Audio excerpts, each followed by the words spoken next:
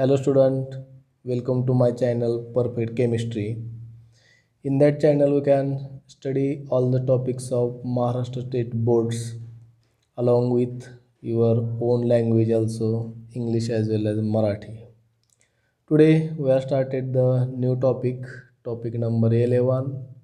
Name of topic is alcohols, phenols and ethers. In that topic we can see firstly, definition of all these three parts. What is meant by alcohols, phenols and ethers. या टॉपिकमध्ये आपण alcohol म्हणजे काय, phenol म्हणजे काय आणि इथर म्हणजे काय या सर्वांच्या व्याख्या अगोदर बघू आणि त्यानंतर मग आपण पर्टिक्युलर पॉईंटकडे जाऊयात. सुरुवातीला बघूयात की अल्कोहोल म्हणजे काय. तर या ठिकाणी आपण डेफिनेशन प्रोव्हाइड केलेलं आहे आपल्यासाठी. Alcohols are organic compounds whose molecules contain hydroxyl group attached to saturated carbon atom. These are the definition of alcohols.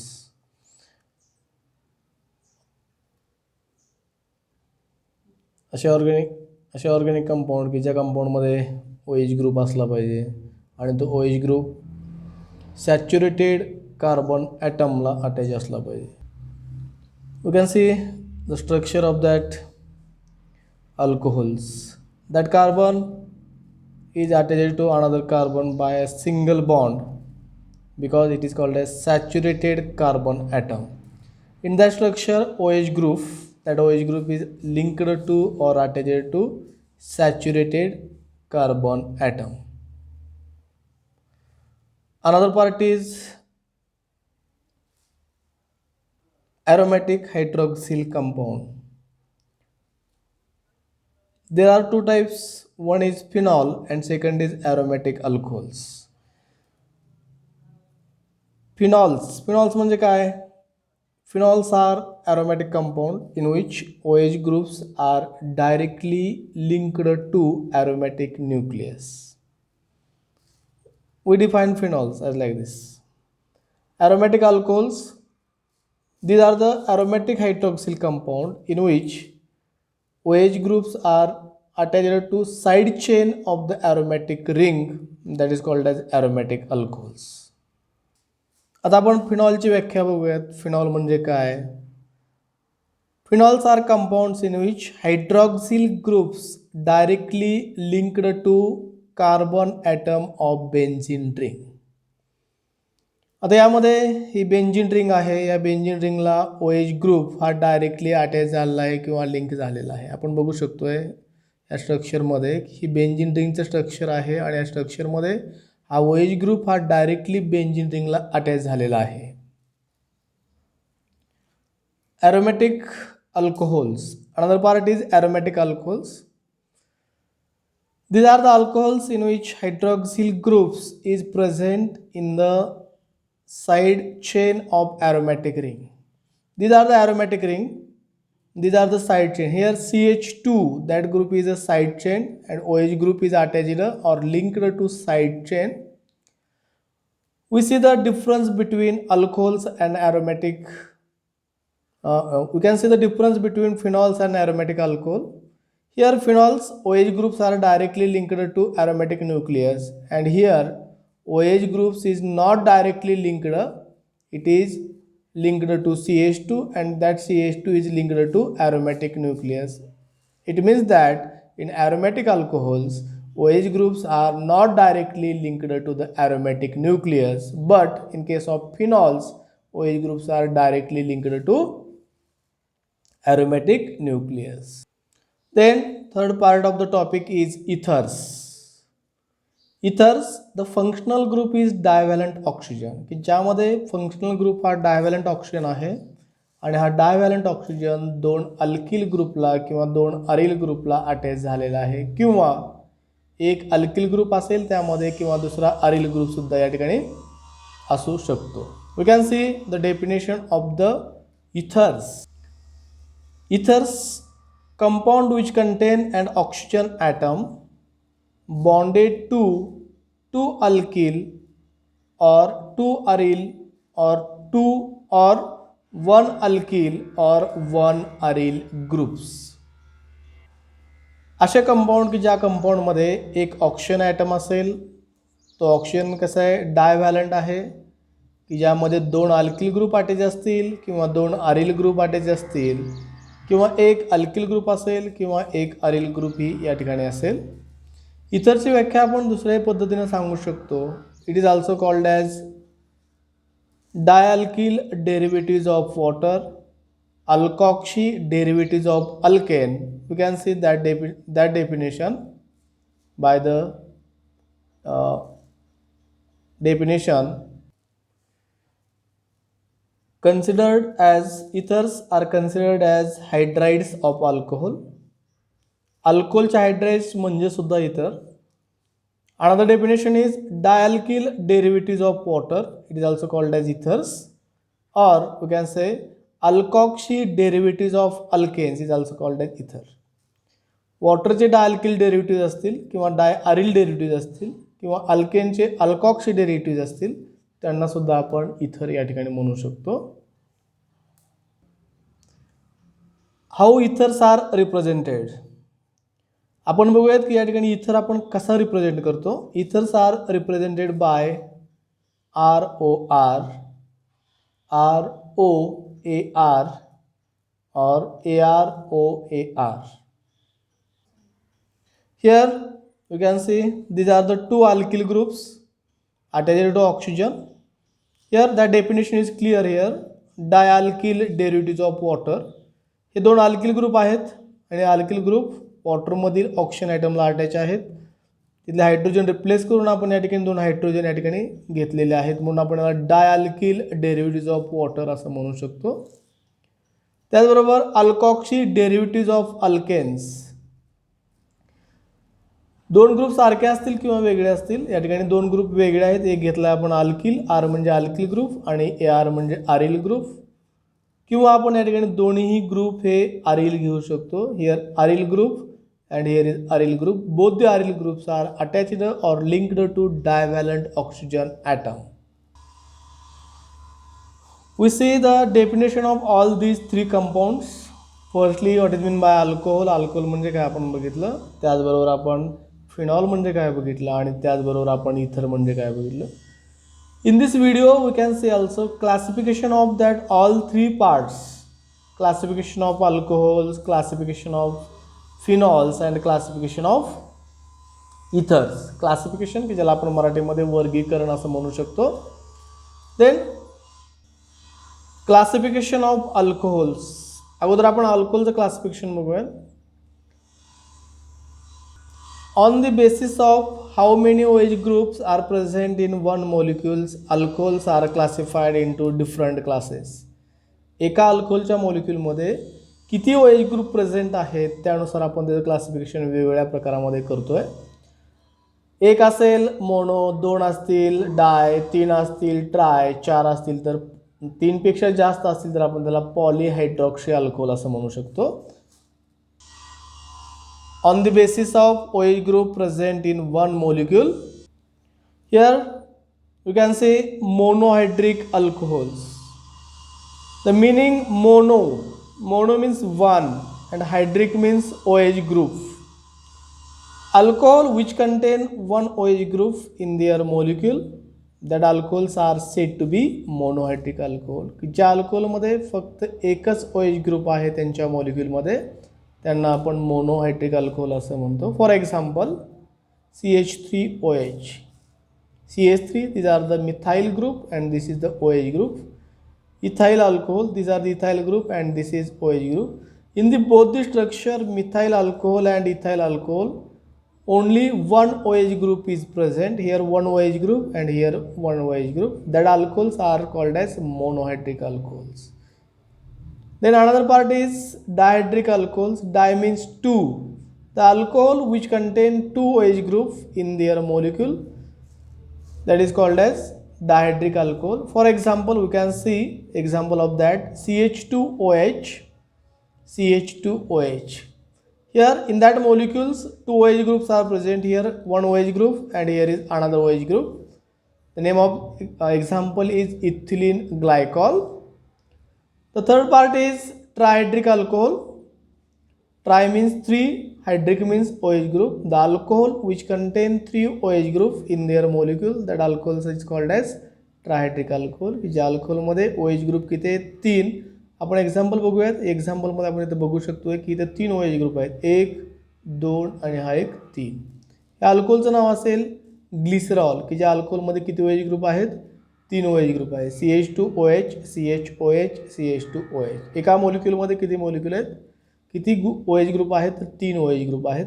चौथा प्रकार आहे तो म्हणजे पॉलिहायड्रिक अल्कोहोल्स.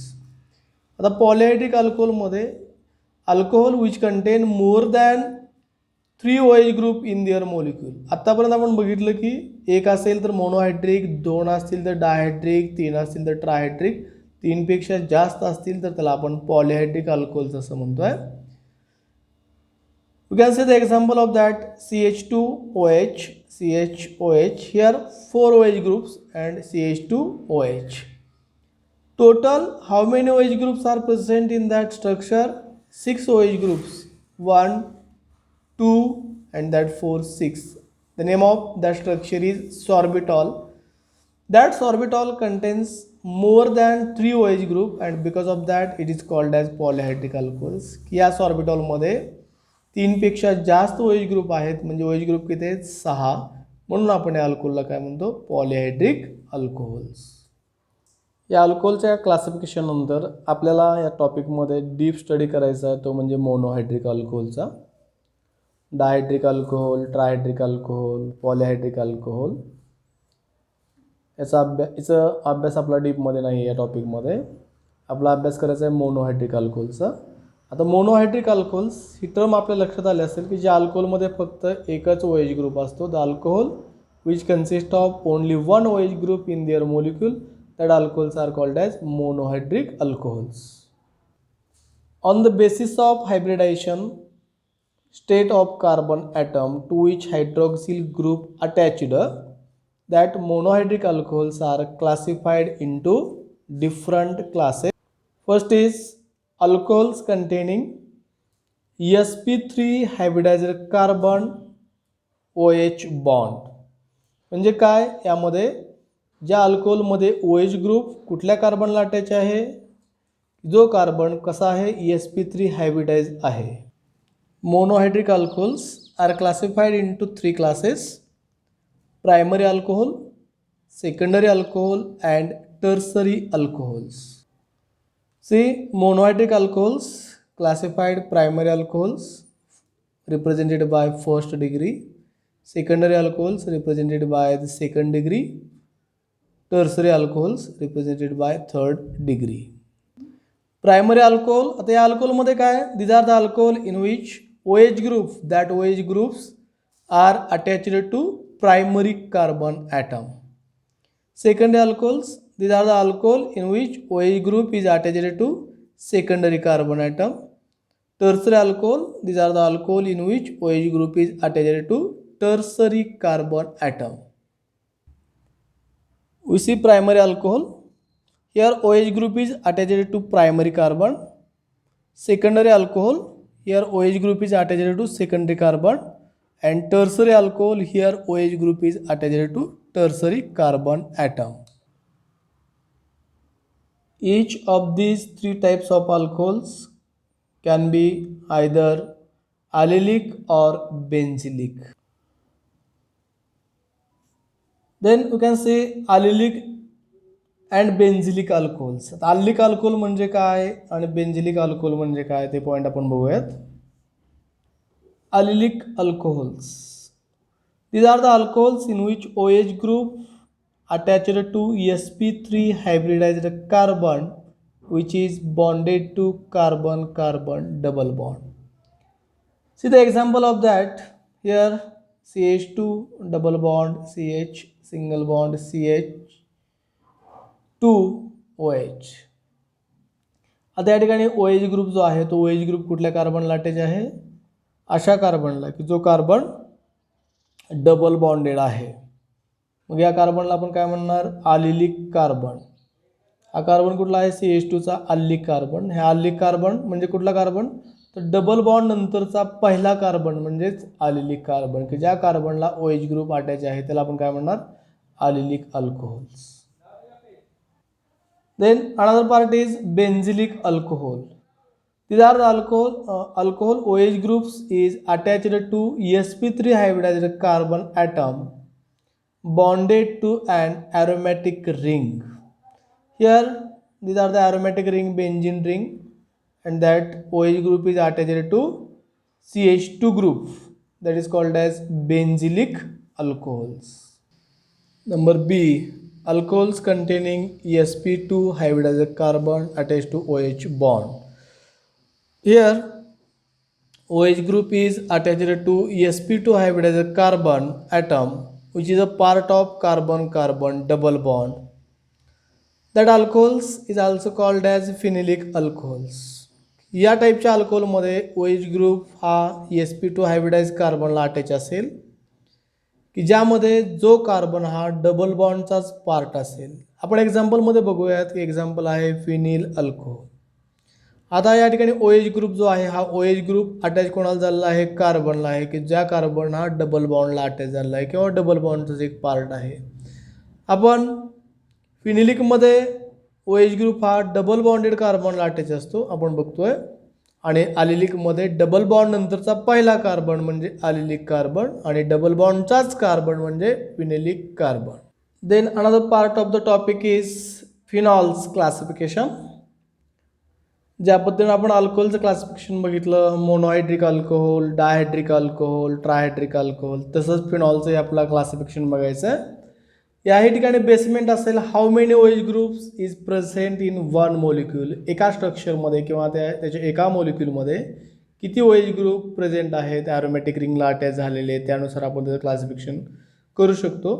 जसं आपण अल्कोहोलचं क्लासिफिकेशन केलं 3 टाईपमध्ये, monohydric alcohol, dihydric alcohol, trihydric alcohol आणि चौथा पॉलिहायड्रिक. पण या ठिकाणी पॉलिहायड्रिक त्याऐवजी आपण 3च घेतोय फक्त, monohydric phenols, डायहायड्रिक phenols and ट्रायहायड्रिक phenols. आता ज्या फिनॉलमध्ये फक्त एकच OH ग्रुप अटॅच असेल बेंझिन रिंगला त्याला आपण काय म्हणणार, मोनो. मोनो म्हणजे 1, हायड्रिक म्हणजे OH ग्रुप, आणि या ठिकाणी बेंझिन रिंग आहे की ज्याला OH ग्रुप अटॅच आहे त्याला आपण काय म्हणतो, फिनॉल्स म्हणतोय. फिनॉलमध्ये एक OH ग्रुप असेल मोनोहायड्रिक फिनॉलमध्ये.